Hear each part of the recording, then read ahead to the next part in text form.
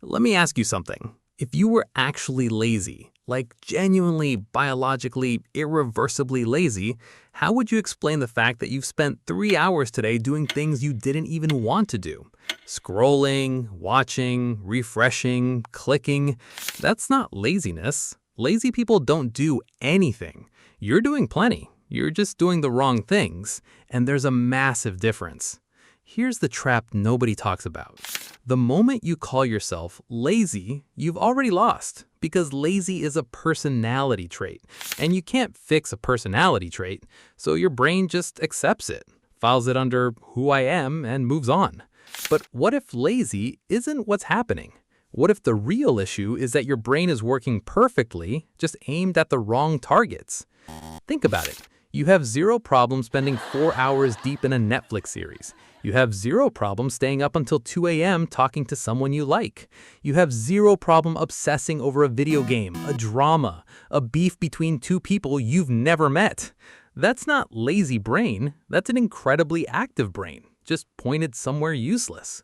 So before you make another mental note about how you need to be less lazy, stop. That's not the problem, and chasing the wrong problem is why nothing ever changes. Here's what's actually going on. Your brain runs on one thing, dopamine. And dopamine doesn't care about your goals. It cares about immediate reward. Every time you get a notification, finish an episode, or see something funny, your brain gets a small hit of it. And your brain loves that, so it starts steering you toward more of it, automatically, without asking your permission. The problem isn't that you're lazy. The problem is that your brain has been trained, mostly by your phone, to expect constant, effortless reward. And now anything that requires actual effort feels unbearable by comparison. Writing one paragraph feels like climbing Everest. Sending one email feels like defusing a bomb. Not because those things are hard, but because your baseline for stimulation is so high that anything slow feels like torture. Psychologists call this dopamine dysregulation. I call it your brain being absolutely cooked. And here's the thing, you didn't choose this, but you can fix it. Not by becoming a different person, by changing the setup. Here's the biggest lie you've been told about productivity. That motivation comes first, that you wait until you feel ready, feel inspired, feel like doing the thing, and then you do it.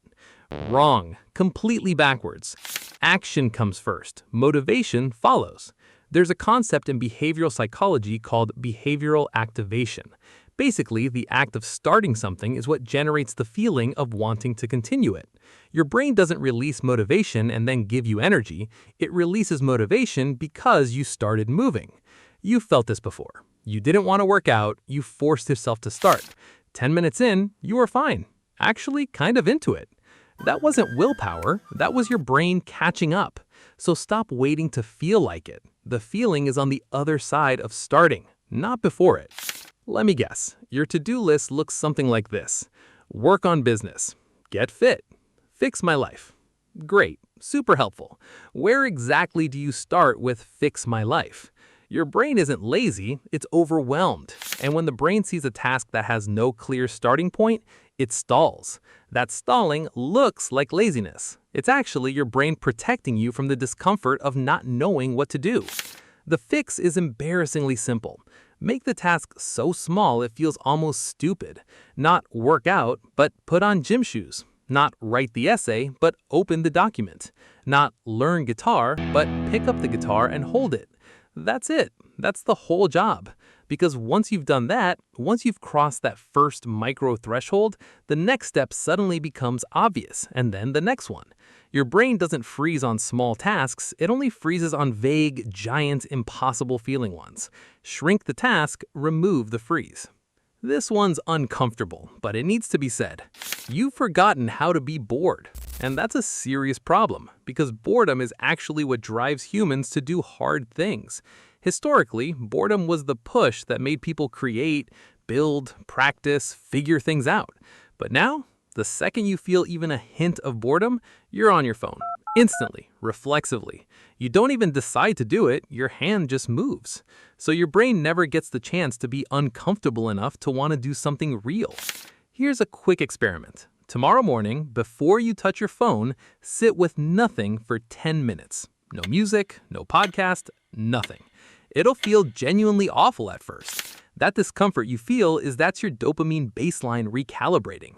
That's your brain going, wait, where's the stimulation? And then, okay, fine, I guess I'll think about something.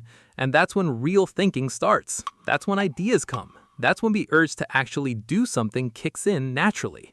You don't need more motivation, you need more boredom. Last one, and this might be the most important.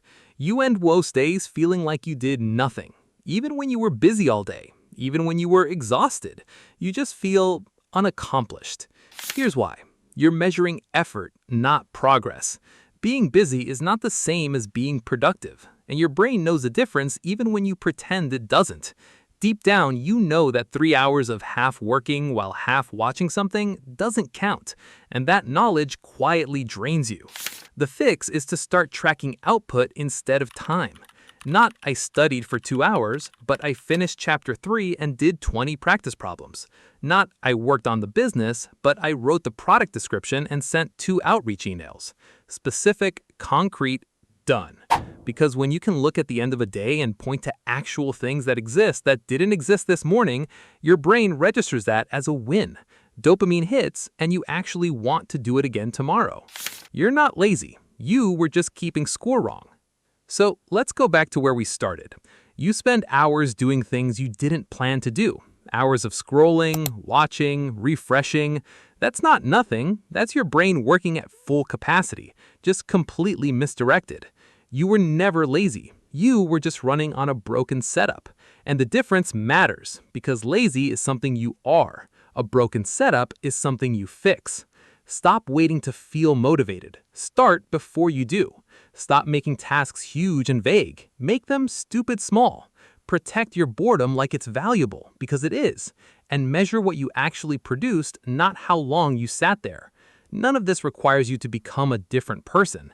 It requires you to stop fighting your brain and start working with how it actually operates. Now, I'm not going to tell you this changes everything overnight. It won't.